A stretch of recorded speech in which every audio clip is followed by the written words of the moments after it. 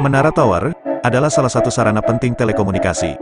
Maka setiap daerah bermunculan tower-tower berdiri megah, berdiri kokoh menjulang tinggi, namun tentunya ada dampak positif dan negatif terhadap kehidupan bermasyarakat. Maka pemerintah melalui instansi terkait mengatur regulasi perizinan dan diatur melalui Kemendagri nomor 18 tahun 2009, Kementerian Pekerjaan Umum nomor 07-PRT-M-2009, Menkominfo nomor 19-PER-M, Kominfo _03-2009, dan Kepala BKPM, nomor 3-P-2009. Dan biasanya dilanjutkan aturan-aturan di Pemda tingkat kabupaten kota di seluruh Indonesia. Dengan aturan-aturan tersebut diharapkan tidak menimbulkan dampak negatif di masyarakat luas, dan para pengusaha telekomunikasi atau pendiri tower mentaati regulasi aturan izin. Dengan harapan, Pemda atau Pemkot bisa mendongkrak pendapatan asli daerah, PAD. Menindaklanjuti aduan dan informasi dari masyarakat, bahwa mendirikan menara tower di Kabupaten Semarang sangat mudah, tidak berizin pun bisa berdiri. Atas dasar informasi tersebut, Pencegahan Korupsi dan Pungli, PKP, Jateng dan DIY menurunkan tim investigasi dan monitoring untuk turun ke lapangan, dan koordinasi dengan instansi terkait, Kominfo, Pemda, DPM PTSP, untuk cross-check. Ternyata betul, di Kabupaten Semarang telah berdiri menara tower sejumlah 288 buah, diduga yang memiliki izin sekitar 71 buah, dan sebagian sudah mati, 217 buah belum atau tidak berizin. Tim investigasi monitoring PKP Jateng dan DIY melaporkan. Ini kondisi kita dari PKP Jateng DIY setelah ikut naik pemantauan di Puncak Telomoyo. Ternyata kondisi IT atau alat-alat telekomunikasi sudah tidak representatif, artinya sudah banyak tidak berfungsi, dan kita melihat pelaksanaan untuk elektroniknya terkesan amburadul, nggak ada yang profesional. Ini sangat berbahaya sekali nih. Hampir semua tower tidak bisa terkoordinasikan dengan baik. Ini yang perlu kita carikan solusi, atau kita ingin seperti apa pelaksanaan tower ini, karena semua harus ada PAD ke daerah. Terkesan awut-awutan amburadul ini. Sampai ke bawah, padahal ini kan terdiri dari berapa puluh pemancar ataupun operator. Selamat sore Bapak Ketua PKP Jawa Tengah DIY. Ini dari awak media mau menanyakan Bapak. Oke, monggo silakan. Untuk menindaklanjuti kasus menara tower yang berada di Kabupaten Semarang itu, PKP punya langkah seperti apa? Oke. Masalah tower Mas ya. Oke, gini. Saya kasih satu informasi sedikit. Bahwa menara tower itu adalah kebutuhan telekomunikasi. Itu di sebuah negara manapun membutuhkan telekomunikasi itu, dan itu adalah merupakan satu sarana dan prasarana penting untuk telekomunikasi. Nah, itu diatur itu Mas, itu diatur oleh undang-undang. Itu ada peraturan, namanya peraturan bersama oleh 3 menteri. Nah, itu jelasnya seperti itu.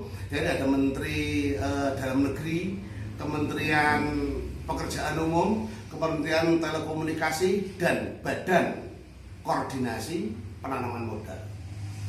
Itu diatur oleh itu, dengan harapan bahwa regulasi perizinan itu jelas. Nah, kemudian benar di Kabupaten Semarang itu hasil investigasi PKP yang melakukan, itu di Kabupaten Semarang ada 288 menara tinggi menjulang. Tapi setelah diadakan satu monitoring dan investigasi oleh tim, ternyata hanya 71 yang punya izin.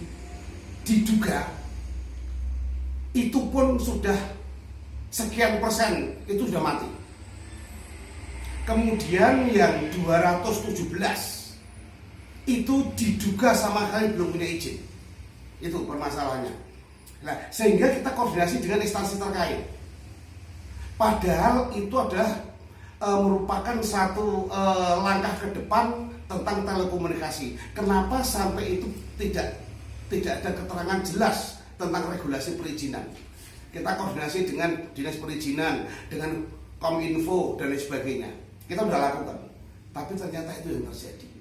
Maka kita akan mengambil langkah selanjutnya. Gitu. Apalagi?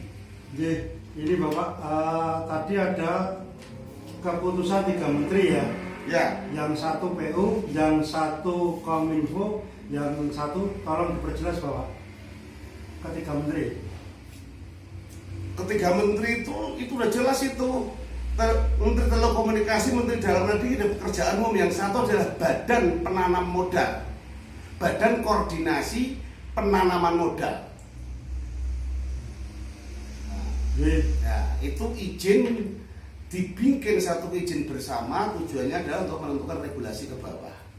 Nah, di Kabupaten Semarang dengan temuan itu kita akan menindaklanjuti, kita koordinasi, minta kepada Pak Bupati untuk melakukan itu karena informasi daripada pelaksana pembuat tower itu pada satu titik itu tidak kurang dari 90 juta.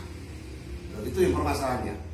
Dan herannya menurut informasi yang sudah jelas dari hasil investigasi bahwa restribusi itu pun mereka 288 tiap tahunnya juga membayar. Lah, bayar kemana?